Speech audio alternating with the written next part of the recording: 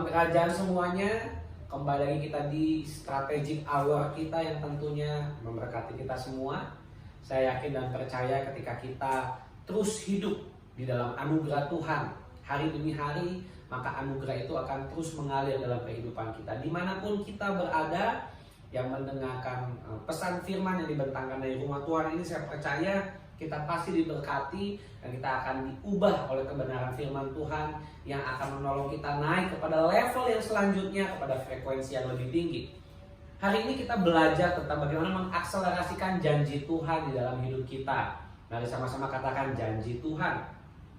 Judul kita pada pertemuan yang saat ini, di pertemuan strategis ini adalah Move in the Spirit atau bergerak di dalam roh. Ya. Judul besar kita adalah mengakselerasikan janji Tuhan. Dan judul kita pada judul subnya adalah Move in the Spirit atau bergerak di dalam roh. Mari sama-sama kita baca Yesaya 61 ayat 1 sampai dengan ketiga. Demikianlah firman Tuhan semesta alam.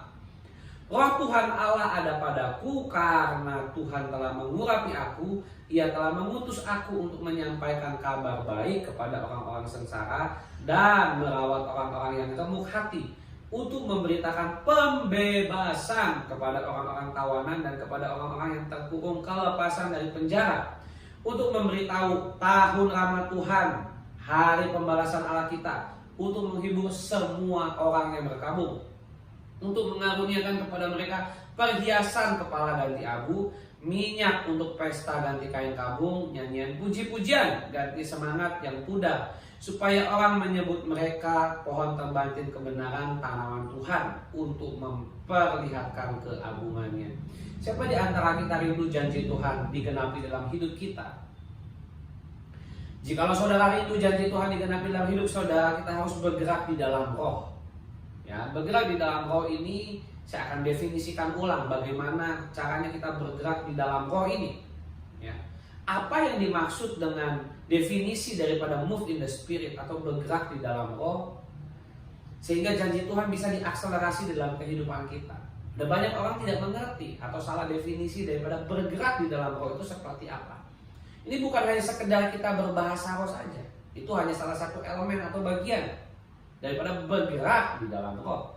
Tetapi lebih daripada itu ada aspek-aspek, elemen-elemen yang lain yang harus kita perhatikan dan definisi yang benar daripada bergerak di dalam roh, sehingga kita bisa benar-benar secara penuh hidup di dalam alamnya Tuhan, sehingga kita dapat merasakan realita Tuhan secara penuh dalam kehidupan kita, mengalir di dalam batin kita yang baru, saudara-saudara. Oleh karena itu saya rindu mendefinisikan ulang daripada yang dimaksud dengan bergerak atau move in the spirit. Saya rindu kita semua siapkan catatan kita untuk kita mempersiapkan setiap firman yang akan kita tangkap, dan jangan lupa untuk katakan yes dan amin kepada setiap kebenaran firman Tuhan. Yang pertama, apa yang dimaksud bergerak di dalam roh, move in the spirit, supaya akselerasi akan janji Tuhan terjadi. Yang kesatu atau yang pertama, hidup dalam pengurapan spesifik yang sudah Tuhan berikan kepada saudara. Jadi setiap orang, setiap hamba Tuhan, setiap pribadi punya pengurapan spesifik. Kalau saudara hidup dalam pengurapan spesifik tersebut, maka saudara akan bergerak di dalam roh secara maksimal. Ya. Dikatakan dalam Yesaya 61 tadi bahwa roh Tuhan Allah ada padaku karena Tuhan telah mengurapi aku.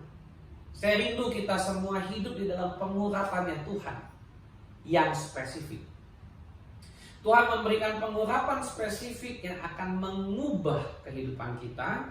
Kalau kita hidup di dalam pengurapan spesifik tersebut, maka kita akan menyaksikan banyak hal-hal yang secara supranatural terjadi dalam kehidupan saudara dan saya untuk menggenapi setiap janji Tuhan di dalam kehidupan kita.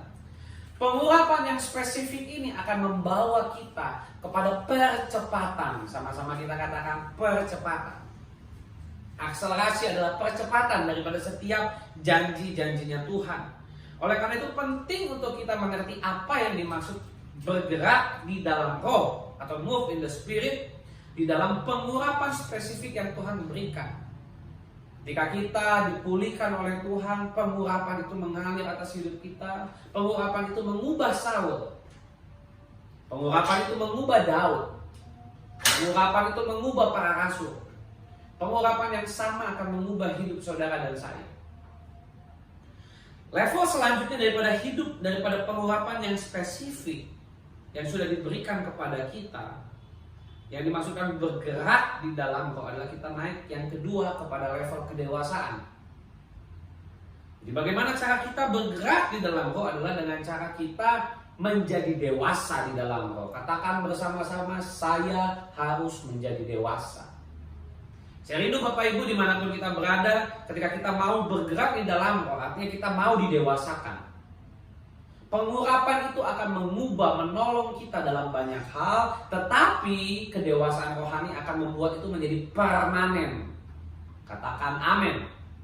Saya rindu ketika itu menjadi permanen, maka kita akan memilikinya secara utuh, komplit, dan maksimal dalam kehidupan kita. Sehingga kita bisa mengalami terus increasing di dalam kehidupan kita, kerohanian kita dimanapun kita berada. Nah, saya rindu dalam kedewasaan rohani ini, maka kita bisa masuk bergerak di dalam roh lebih maksimal lagi.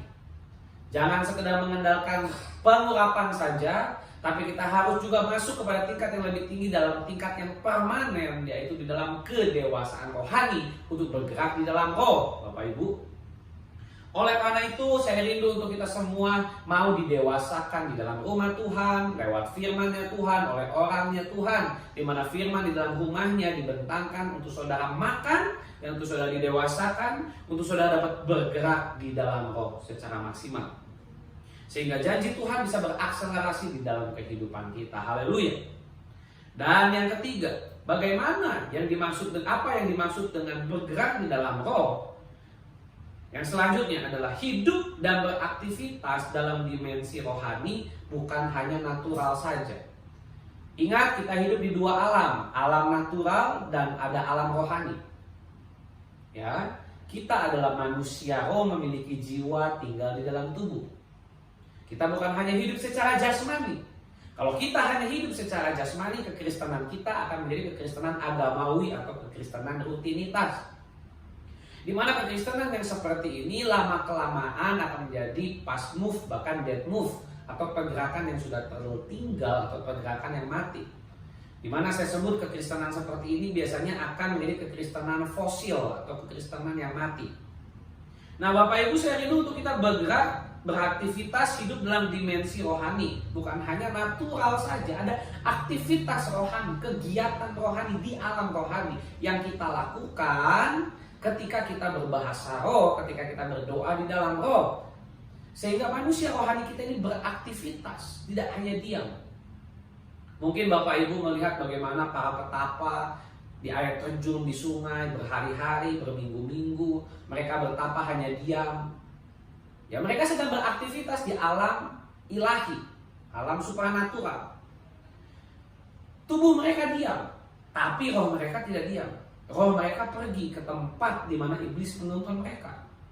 Nah, ketika kita berbahasa roh, Tuhan lewat Roh Kudus menuntun kita, lewat pribadi Roh Kudus menuntun kita untuk beraktivitas di alam roh, mengerjakan aktivitas-aktivitas ilahi di alam rohani. Seperti yang dikatakan oleh firman Tuhan, kamu berdoa untuk orang-orang kudus.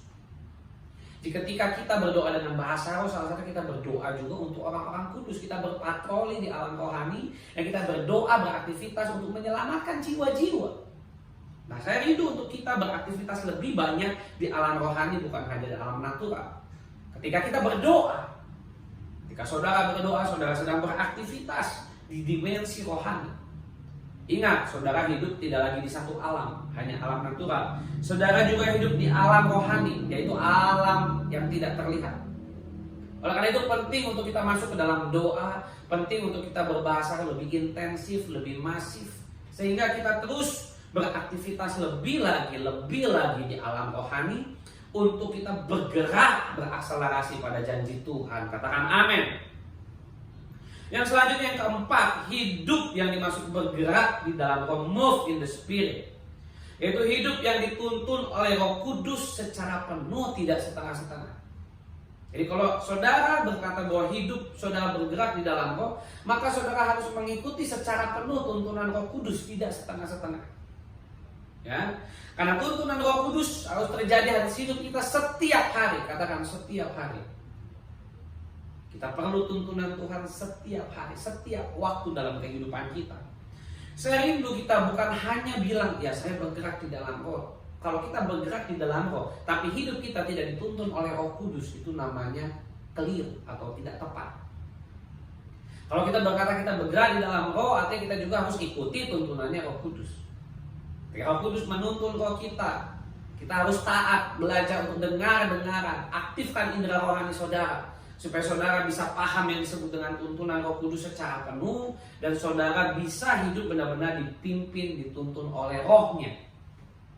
Sehingga ketika kita dipimpin oleh rohnya, yang kita pikirkan adalah hal-hal yang ada di atas, atau perkara-perkara yang di atas, bukan sekedar perkara-perkara yang ada di dunia ini. Atau dengan kata lain, kita tidak hanya sekedar memikirkan, aduh Tuhan ini bagaimana tunggakan saya, cicilan saya, ada yang harus dibayar, ada hutang, ada masalah yang harus diselesaikan. Itu kita mengarahkan pikiran kita kepada hal-hal yang natural.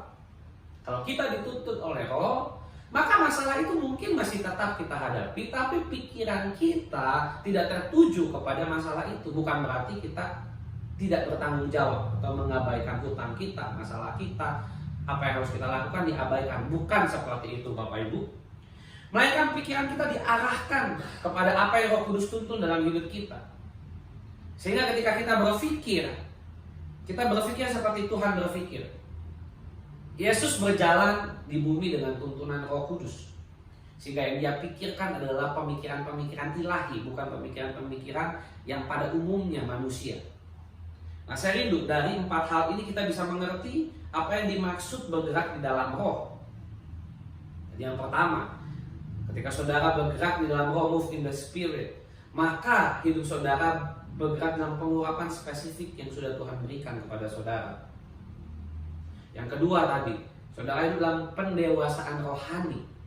Dan ketiga tadi, saudara hidup beraktivitas dalam dimensi rohani, bukan hanya natural saja. Yang keempat, saudara hidup dituntun oleh Roh Kudus secara penuh, tidak setengah-setengah. Ini 4 hal yang dimaksud dengan kita bergerak di dalam roh. Nah, pertanyaannya Bapak Ibu bagi setiap kita pada saat ini, bagaimana caranya kita bergerak di dalam roh? Bagaimana? Dari ayat di atas, dari Yesaya 61 ayat 1 sampai 3, di sini kita bisa melihat bagaimana roh Tuhan akan menuntun kita. Bagaimana caranya kita bergerak di dalam roh. Ya, saya rindu setelah kita mengerti ini, kita tidak punya kendala lagi untuk bergerak di dalam roh. Katakan amin. Ya. Yang pertama, bagaimana caranya supaya saudara bisa bergerak di dalam roh? Yang pertama, saudara bersedia untuk melakukan misi global bersama dengan tuntunan Tuhan. Apa itu misi global? Jadikanlah semua bangsa muridku. Baptislah mereka dalam nama Bapa, Anak dan Roh Kudus. Ajarlah mereka melakukan segala sesuatu yang kuperintahkan kepadamu. Ini adalah misi global dari Yerusalem, Yudea, Samaria sampai ke seluruh bumi. Ini yang saya maksud dengan misi global. Jadi ketika saudara bergerak di dalam roh, bukan hanya sekedar saudara berbahasa roh, itu bagus, tetapi bukan cukup sampai di situ. Tetapi saudara bersedia untuk melakukan misi. Karena kalau kita tidak bersedia untuk melakukan misi, kita tidak bisa bergerak di dalam roh. Karena dalam Yesaya tadi dikatakan adalah bahwa Ia mengutus aku, Yesaya 61 ayat 1 bagian B. Ia mengutus aku untuk menyampaikan kabar baik. Jadi ada pengutusan. Yesus mengutus dari 70 murid 222. Ada pengutusan, Bapak Ibu. Setelah murid-murid dipenuhi Roh Kudus hari Pentakosta, 40 hari mereka di loteng Yerusalem. Mereka mengalami pencurahan Roh Kudus. Petrus berkhotbah, 3.000 orang bertobat. Rasul-rasul melakukan perkara-perkara yang luar biasa. Jadi ada misi global ya bersama Tuhan yang harus kita kerjakan. Jadi, tadi bagaimana cara kita bergerak di dalam roh? Ya bersedia. Pertanyaan saya kepada saudara, apakah saudara bersedia melakukan misi global bersama dengan Tuhan? Kalau saudara bersedia, katakan ya Tuhan aku bersedia. Artinya saudara siap melakukan Yesaya 61 ayat 1 bagian B. Mengutus aku untuk menyampaikan kabar baik kepada orang sengsara, merawat orang-orang remuk hati, untuk memberitakan kabar pembebasan kepada tawanan-tawanan dan lain sebagainya. Ini adalah misi global, hatinya Tuhan. Hati Tuhan adalah jiwa-jiwa. Apa yang ada di dalam hati kita? Kalau kita memiliki hati Tuhan, maka hati kita adalah jiwa-jiwa. Kita tidak akan lari, gereja tidak akan lari daripada yang disebut dengan misi global. Kita akan menjadi pelaku amanat agung dan bersedia untuk mengerjakannya secara volunteer freely atau secara sukarelawan, secara volunteer dengan Tuhan. Ini poin yang pertama. Saya rindu saudara diutus. Dimulai dari keluarga saudara dulu. Siapa orang-orang yang belum diselamatkan dalam keluargamu? Dari situ, dari Yerusalem, saudara akan bergerak tetanggamu, teman-temanmu, keluarga besarmu, sampai orang-orang yang tidak engkau kenal, sampai kepada bangsa-bangsa. Katakan haleluya. Jadi ketika kita dituntun bersama Tuhan melakukan misi global, maka kita akan melangkah daripada satu momentum Tuhan kepada momentum Tuhan yang selanjutnya. Ketika Tuhan membuka pintu misi global kepada kami, Open Heaven Foundation, maka Tuhan mulai membuka hatinya kepada kota-kota. Maka mulailah terkoneksi kota-kota yang ada di Indonesia, di Bandung, Jakarta, Tangerang, Denpasar, Bali, Kalimantan Tengah, terbukalah di Papua, di Sorong, nanti di Bintuni, di Ambon. Kota-kota di Indonesia sudah mulai terbuka, mulai di-unlock. Kenapa? Karena kami memiliki hati untuk melakukan misi global, bersedia untuk melakukan misi global bersama dengan tuntunan Tuhan. Ini yang dimaksud juga bergerak di dalam roh. Bagaimana saudara bisa melakukan tuntunan Tuhan bergerak dalam roh kalau saudara tidak mau melakukan misi global? Sedangkan Yesus memberi contoh. Setelah mereka dimuridkan, mereka diutus saudara. Mereka nggak kumpul-kumpul terus, ya. Mereka diutus. Setelah mereka diperlengkapi, mereka diutus. Ada yang namanya pengutusan. Yang kedua, bagaimana cara saudara bergerak di dalam roh? Yang kedua, saudara bersedia menjadi penyampai kabar baik atau berita keselamatan kepada dunia. Di sini dikatakan bahwa dalam Yesaya 61 tadi dikatakan bahwa saudara diutus untuk menyampaikan kabar baik, ya. Kita dipilih Tuhan untuk membawa Injil Kerajaan Allah. Sama-sama katakan Injil Kerajaan Allah. Injil Kerajaan Allah ada di mulut kita, ada di hati kita. Bukan Injil agama Kristen saya katakan, tapi Injil Kerajaan Allah. Karena Injil Kerajaan Allah akan menarik otoritas kerajaan turun atas kehidupan seseorang, sehingga Injil tersebut memiliki power, memiliki kuasa untuk mengubah orang. Ya, sehingga saudara bersedia menjadi penyampai kabar baik. Jangan tahan mulut kita untuk menyampaikan kabar baik. Dimanapun Tuhan mengutus kita, sampaikan kabar baik, sampaikan kabar baik, sampaikan kabar baik. Ajarlah, ajarlah. Oleh karena itu kita harus belajar dimuridkan di dalam rumah Tuhan, menjadi anak di dalam rumah Tuhan. Kita belajar untuk kita juga mengajar, untuk kita menyampaikan. Bagaimana caranya kita bisa menyampaikan kalau kita tidak pernah belajar caranya menyampaikan? Saya rindu saudara di sini diperlengkapi dimanapun saudara berada, untuk saudara bisa menyampaikan kabar baik, sehingga saudara tidak takut ketika saudara diperhadapkan kepada satu momentum di mana saudara harus menyampaikan kabar baik kepada seseorang. Saudara tidak canggung, saudara tidak merasa bingung, tidak bingung apa yang harus saya sampaikan, bagaimana cara mengatakannya, bagaimana tekniknya, teknisnya.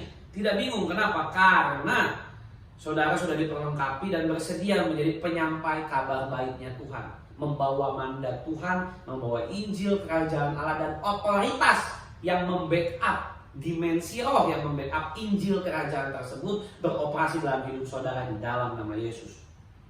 Yang ketiga, bagaimana cara saudara bergerak di dalam roh? Yaitu saudara bersedia untuk menjadi agennya Tuhan dalam pembebasan jiwa-jiwa. Katakan pembebasan jiwa-jiwa. Ketika kita masuk dalam doa peperangan rohani, kita membebaskan jiwa-jiwa di alam rohani. Penjara-penjara di alam roh dibuka. Orang-orang kuatnya diikat seperti yang dikatakan firman Tuhan. Sehingga kita bisa merampok harta orang kuat. yang dicatat dalam Alkitab, yaitu jiwa-jiwa yang diikat oleh iblis, sehingga kita jadi agennya Tuhan dalam pembebasan. Ini dikatakan tadi dalam Yesaya 61, dan merawat orang-orang yang lemah hati dan memberitakan pembebasan kepada orang-orang tawanan. Mungkin ada di antara saudara melakukan pelayanan penjara, itu bagus. Tapi Bapak Ibu tahu tidak? Lebih banyak orang yang ditawan di penjara setan, di penjara rohani, dibandingkan orang-orang yang ditawan di penjara jasmani. Saya tidak anti pelayanan penjara, silahkan saudara lakukan. Tapi lebih banyak lagi saudara harus tahu orang-orang yang iblis penjara dalam penjara rohani. Dan mereka perlu orang-orang yang bersedia menjadi agennya Tuhan untuk membebaskan mereka. Ketika kita masuk dalam peperangan rohani, kita menaklukkan roh penguasa-penguasa, penghulu-penghulu, maka di sanalah terjadi pembebasan demi pembebasan. Pelayanan malaikat terjadi, penginjilan malaikat terjadi, banyak orang tiba-tiba cari gereja, tidak pernah ada orang yang injili.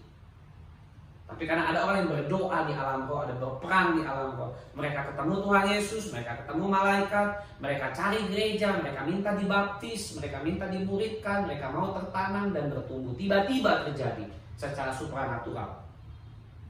Jadi apakah saudara bersedia untuk menjadi agennya Tuhan dalam pembebasan jiwa-jiwa? Jikalau bersedia, katakan, ya Tuhan, ini aku bersedia menjadi agen pembebasnya Tuhan. Haleluya. Lalu yang keempat, bagaimana caranya supaya saudara bergerak di dalam roh? Yang keempat, saudara bersedia dibentuk menjadi seorang anak di dalam rumahnya Tuhan. Ada roh keputraan, di mana tadi saya katakan bahwa salah satu definisi bergerak di dalam roh adalah saudara harus yang namanya didewasakan. Bagaimana saudara bisa didewasakan kalau saudara tidak bertemu dengan seorang yang akan membawa saudara kepada kedewasaan rohani? Itulah perlunya kita bertemu dengan seorang Bapa rohani. Itulah perlunya kita memiliki roh keputraan untuk memberi diri kita, ini saya loh. Saya bawa diri saya ke rumah Tuhan, kepada orangnya Tuhan. Saya mau dibentuk, saya mau dibimbing, saya mau diajar, saya mau dipola. Saudara harus bersedia. Kalau saudara tidak bersedia, maka saudara tidak bisa bergerak di dalam roh secara maksimal.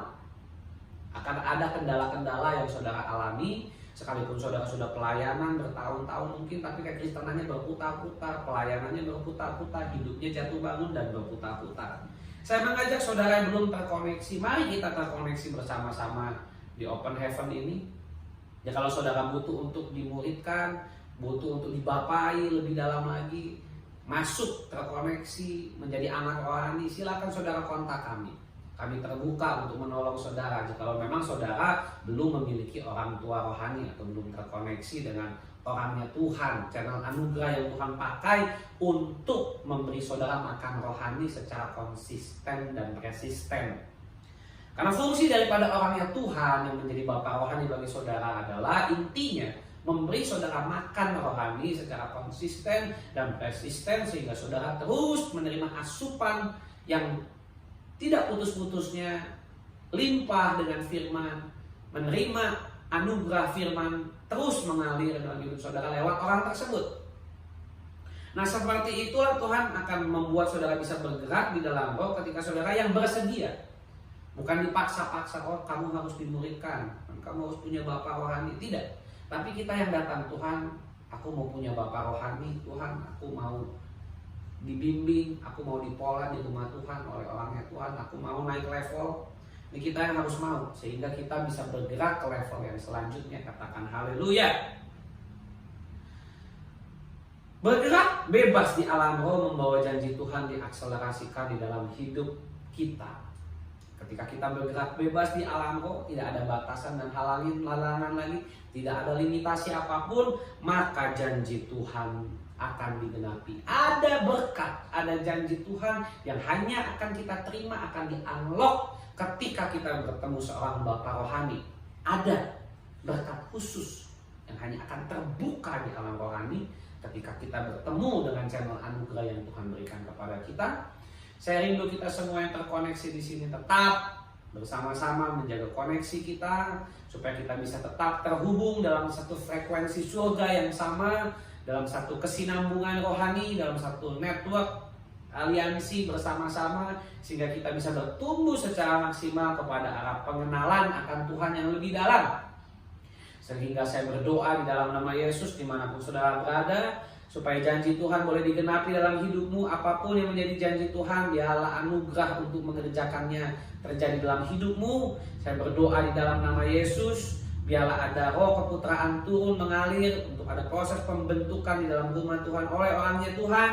Proses pemulaan dan pendewasaan rohani terjadi bagi setiap mereka yang mendengar firman kerajaan yang disampaikan. Biarlah mereka mengerti bagaimana caranya bergerak di dalam roh dan apa itu bergerak di dalam roh, sehingga mereka bisa bergerak dengan maksimal untuk berlari dalam perjalanan destininya di dalam nama Yesus.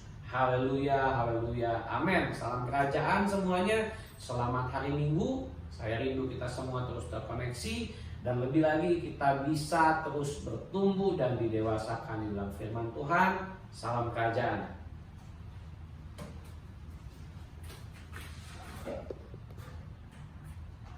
Shalom everyone, welcome to Open Heaven Ministry.